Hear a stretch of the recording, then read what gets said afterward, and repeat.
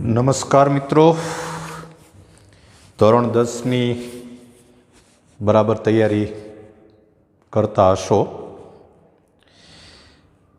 તમે સૌએ Eklavya of the year આ એક્ઝામ આપેલી છે. સામવેદ સ્કૂલ પરિવાર વતી આપ સૌનું હાર્દિક સ્વાગત છે. એક્ઝામ આપ્યા પછી પરિણામની ઉતાવળ હશે અને એટલા માટે જ આપણે તમે જે એક્ઝામ પેપર આપેલો છે એનું આપણે આજે સોલ્યુશન કરવાના છીએ. સોલ્યુશન શરૂ કરીએ એ પહેલાં હું તમને એક ફક્ત થોડીક માહિતી આપી દઉં કે ભાવનગરના કાળિયાબીડ વિસ્તારની અંદર ઓછામાં ઓછા 35 વર્ષનો શૈક્ષણિક અનુભવ હોય એવા અનુભવી શિક્ષકો દ્વારા એક સ્કૂલ અસ્તિત્વમાં છે. નામ છે સામવેદ સ્કૂલ. સામવેદ સ્કૂલની અંદર બાલ મંદિરથી શરૂ કરી અને સંપૂર્ણ પ્રાથમિક વિભાગ ગુજરાતી મીડિયમ, 9મા ધોરણથી શરૂ કરી અને 12મા ધોરણ સુધી માધ્યમિક વિભાગ અને ઉચ્ચતર માધ્યમિક વિભાગ, જેની અંદર 8, 9, 10, 11, 12 કોમર્સ, આર્ટ્સ, સાયન્સ બધું જ અવેલેબલ છે. 11, 12 સાયન્સની અંદર ગુજરાતી મીડિયમ અને ઇંગ્લિશ મીડિયમ બંને પ્રવાહો આપણે ચલાવીએ છીએ.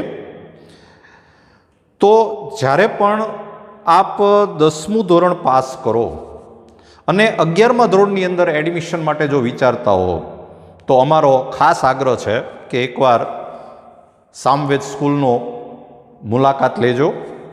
આપને ચોક્કસ સંતોષ થશે. અત્યારે બીજી કોઈ વાત ન કરતા આપણે પેપર સોલ્યુશન ઉપર ધ્યાન આપીએ. મારું નામ રામદેવભાઈ ગોહિલ છે. સામવેદ પરિવાર વતી આપ સૌનું ફરીવાર સ્વાગત છે અને આપણે પેપર સોલ્યુશન શરૂ કરીએ. મિત્રો, તમારે પહેલો MCQ હતો કે 140 અને 40 એનો તમારે ગુસા શોધવાનો હતો. તમને મિત્રો ખબર છે કે તમારે MCQ છે એ લિમિટેડ પૂછાય છે, પણ આ જે MCQ છે એ બધાને તમે 1 માર્કના પ્રશ્નોમાં કે ખાલી જગ્યામાં કન્વર્ટ કરી શકો. એટલે આ બધા જ MCQ અગત્યના તો છે જ. તમને મિત્રો ખબર છે કે આપણે ગુસા છે એ કેવી રીતે શોધીએ છીએ કે આ જે 140 છે એ 140ના પહેલાં પાર્ટ કરી નાખો, અવયવ પાડી દો. તો 140ના તમે જ્યારે અવયવ પાડશો ત્યારે તમે આમ કહી શકો કે આને 2 ગુણ્યા 70 કહેવાય. પાછા તમે 70ના ભાગ પાડો તો 2 ગુણ્યા આને 2 ગુણ્યા 35 કહેવાય. પાછા તમે 35ના ભાગ પાડો તો 2 ગુણ્યા 2 ગુણ્યા 7 પંચા 35 એટલે 5 ગુણ્યા 7 કહેવાય. એટલે સરવાળે આ 2ની 2 ઘાત ગુણ્યા 5 ગુણ્યા 7 આવું આપણે એના અવયવ પાડી દીધા. એવી જ રીતે તમે 40ના અવયવ પાડો તો 40 છે એને તમે કહી શકો, આમ સીધા તમે આમ કહી શકો કે 10 ગુણ્યા 4 40. આ 10 છે એને તમે પાછા 5 ગુણ્યા 2 કહી શકો. આ 4 છે એને તમે પાછા 2 ગુણ્યા 2 કહી શકો. સરવાળે આમ થયું કે આ 2ની 3 ઘાત થઈ અને ગુણ્યા 5. અને હવે તમારે જ્યારે લસા શોધવો છે, સોરી લસા નથી શોધવો, આપણે ગુસા શોધવો છે. તો ગુસા જે છે એમાં તમને ખ્યાલ હશે કે અહીંયા જે અવયવ પડ્યા છે અને અહીંયા જે અવયવ પડ્યા છે એમાંથી આપણે કોમન લેવાના હોય. અહીંયા 2ની 2 ઘાત છે, અહીંયા 2ની 3 ઘાત છે, તો ઓછી ઘાતો અહીં આવે એટલે 2ની 2 ઘાત. પછી અહીંયા 5 છે, અહીંયા 5 છે એટલે 5 આવશે. અહીંયા 7 છે પણ અહીંયા નથી એટલે 7 નો આવે. અને આનું તમે કેલ્ક્યુલેશન કરી નાખો એટલે આ 4 ગુણ્યા 5 તમારો જવાબ આવે 20. એટલે તમારો આન્સર છે એ ઓપ્શન બી છે. ક્લિયર? જો મિત્રો લસાનો MCQ છે, તમારે 91 અને 65નો લસા શોધવાનો છે. તો લસા માટે પણ તમને ખબર છે કે તમારે સૌથી પહેલાં આ 91 જે છે એના આપણે અવયવ પાડવા પડે, અને અવયવ પાડવા હોય તો તમને ખબર છે કે એને 7 ગુણ્યા 13 કહેવાય. 13 સત્તા 91. 7ના હવે કોઈ ભાગ નહીં પડે, 13ના હવે કોઈ ભાગ નહીં પડે. તો હવે આપણે 65ના અવયવ પાડીએ. તો 65ના અવયવ પાડો તો એ 5 ગુણ્યા 13 કહેવાય. તો આમાં પણ હવે કોઈ ભાગ નહીં પડે. અને હવે તમારે જ્યારે લસા શોધવો છે તો લસા તમે જ્યારે શોધશો ત્યારે શું કરાય કે આ પહેલાના જે અવયવ હોય એ તો એમને લખી જ દેવાય, અને પછી બીજામાં આમાં જે ન આવતું હોય એ લખવાનું હોય. તો આમાં જો 13 આવી ગયા, 5 નથી આવતા એટલે 5 પાછા આપણે અહીંયા લખવા પડે.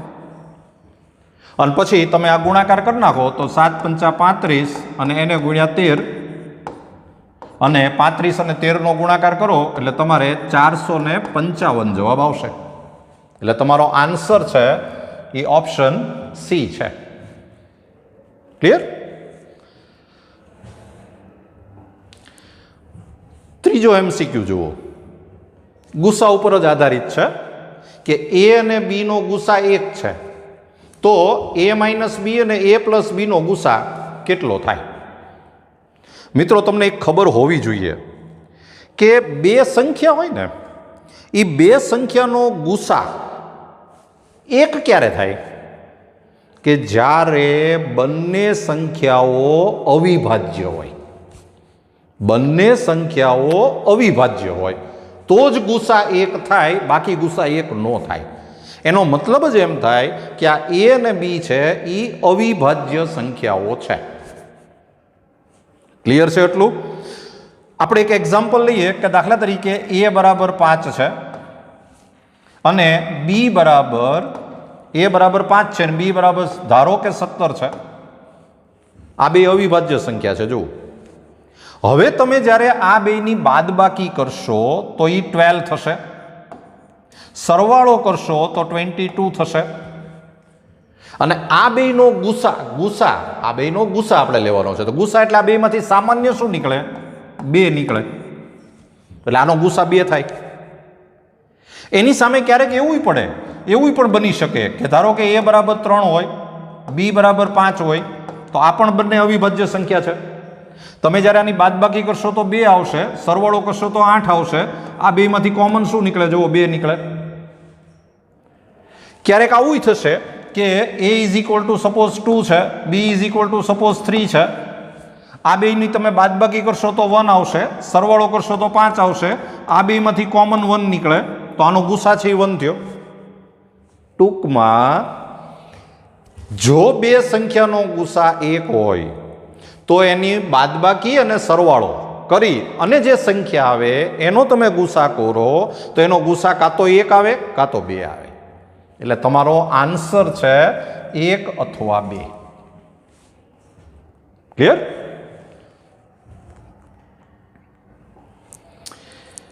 ચાલો, નંબર 4. 18ના છેદમાં 5/3. આનું તમે સાદું રૂપ આપો તો દશાંશ ચિહ્ન પછી ખાલી જગ્યા અંકો છે. કેલ્ક્યુલેટર હોય ને તો બહુ મજા આવે, આપણે ફટાફટ ભાગાકાર કરી નાખીએ એટલે ખબર પડી જાય કે દશાંશ ચિહ્ન પછી કેટલા આંકડા છે. પણ આપણે કેલ્ક્યુલેટર વાપરવાનું નથી. તો શું કરશું કે તમને ખબર છે કે આ કહેવાય 18ના છેદમાં 125, અને તમે જો આને ઉપર નીચે 8 થી ગુણી નાખો તો આ ઉપર 144 થાય, નીચે 1000 થાય, અને નીચે 1000 થાય એટલે આનો આન્સર 0.144 આવે. અને 0.144 આવે એટલે દશાંશ ચિહ્ન પછી 3 આંકડા આવ્યા, એટલે તમારો આન્સર છે એ ઓપ્શન સી છે. રાઈટ? આમાં કઈ ભાગાકાર કરવા ન બેસાય, કારણ કે ભાગાકાર કરીએ તો રાત પડી જાય. બરાબર ને?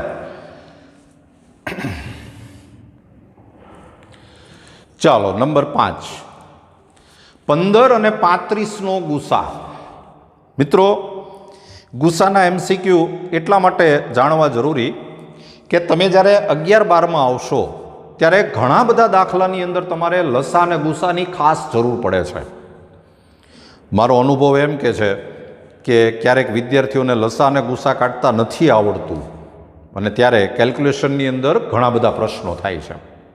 જો 15 જે છે એના જો તમે અવયવ પાડશો તો એ 3 ગુણ્યા 5 કહેવાય.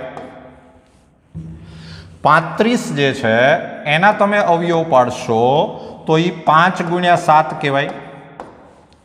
અને હવે તમારે ગુસા લેવો છે તો ગુસા એટલે આ બેમાંથી કોમન હોય એવું 5 છે, 5. તો આનો ગુસા છે એ 5 થાય. ઓપ્શન એ એ તમારો જવાબ છે. બરાબર છે.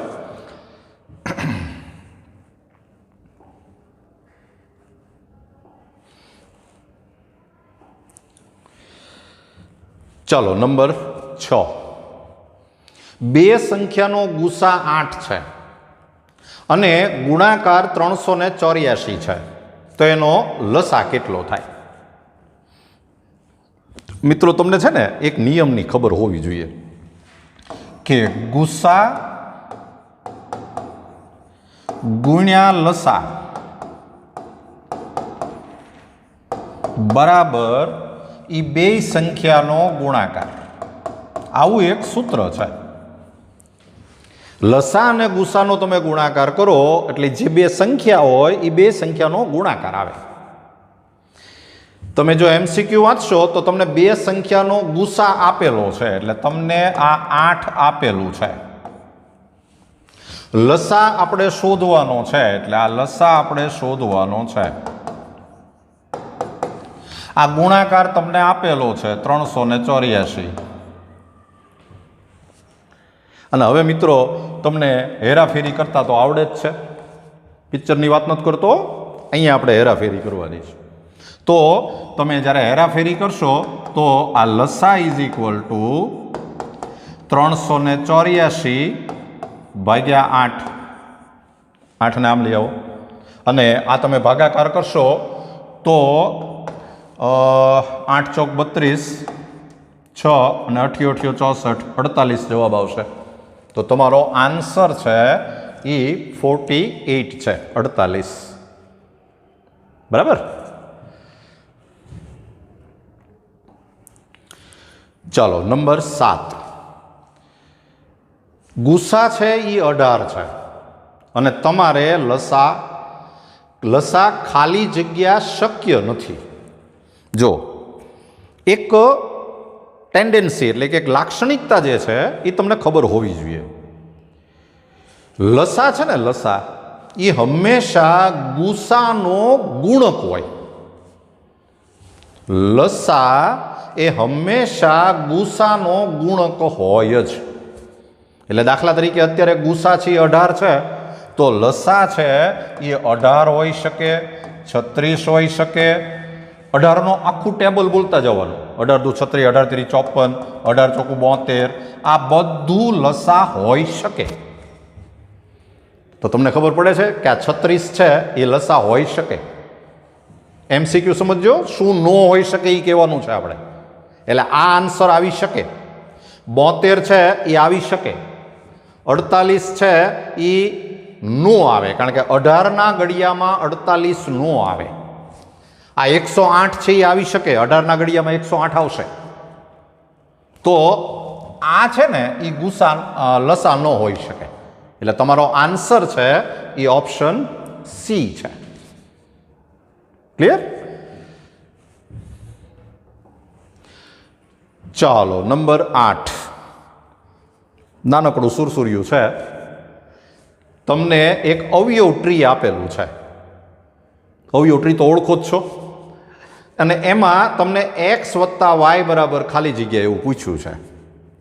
તમે જો આ અવયવ ટ્રીનું અવલોકન કરો ને તો તમને ખબર હોય કે આ બે અવયવનો ગુણાકાર કરો ને તો આ આવે, આ બેનો ગુણાકાર કરો તો આ આવશે, અને આ બેનો ગુણાકાર કરો એટલે આ આવે. તો તમે અત્યારે જુઓ કે આ 2 અને 2 નો ગુણાકાર કરો એટલે y આવે, એટલે y બરાબર 2 ગુણ્યા 2 થાય એટલે જવાબ 4 આવે. તમને y તો મળી ગયો. પછી આ 2 નો ગુણાકાર કરો તો આ આવે, એટલે તમે આમ કહી શકો કે x બરાબર 5 ગુણ્યા y. તો પછી y તો આપણને મળી ગયો છે 4, એટલે આ થઈ ગયું 5 ગુણ્યા 4, જવાબ આવશે 20.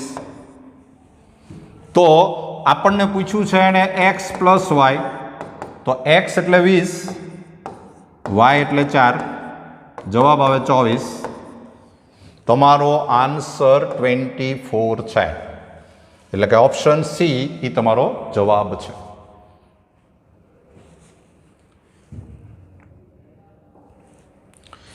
ચાલો નંબર 9, દ્વિઘાત સમીકરણ. તમને દ્વિઘાત બહુપદી આપેલી છે અને એના શૂન્યોનો ગુણાકાર પૂછ્યો છે. તમને મિત્રો ખબર હશે કે દ્વિઘાત બહુપદી હોય એના શૂન્યો જો આલ્ફા અને બીટા હોય, આલ્ફા અને બીટા એના શૂન્યો બોલો, એનો ઉકેલ બોલો, બધું એકનું એક થાય, એના બીજ બોલો, એ પણ એ જ કહેવાય.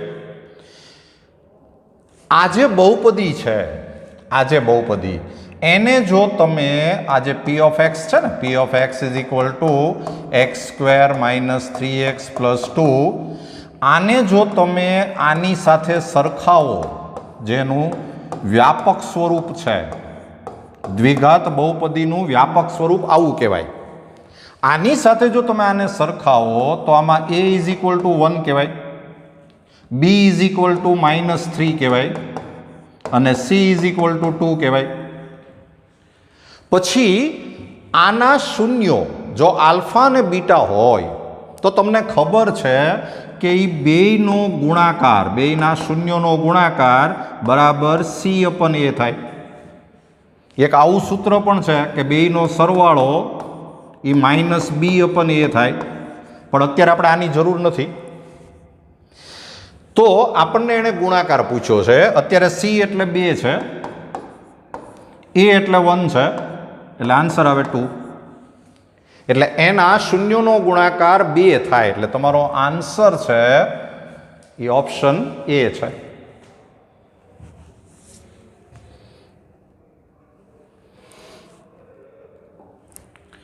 ચાલો નંબર 10. મિત્રો, દ્વિઘાત બહુપદી છે, એને એક પણ શૂન્ય નથી, તો એનો આલેખ કેવો આવે?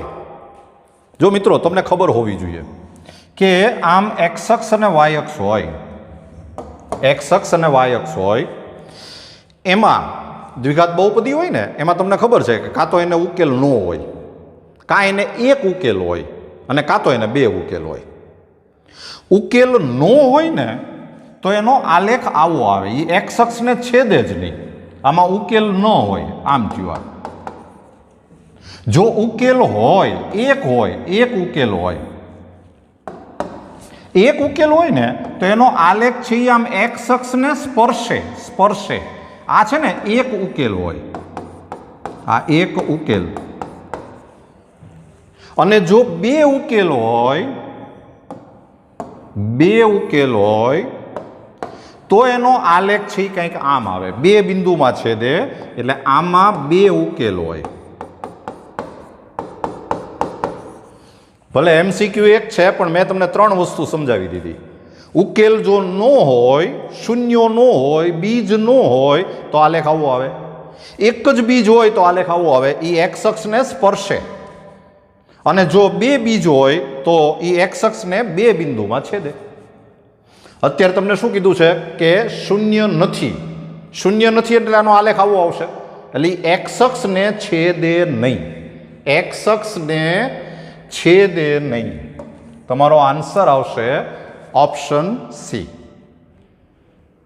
બરાબર છે મિત્રો? આ બધા જ MCQ તમને 1 માર્કના પ્રશ્નો કે ખાલી જગ્યામાં પાછા પૂછી શકાય. ક્લિયર?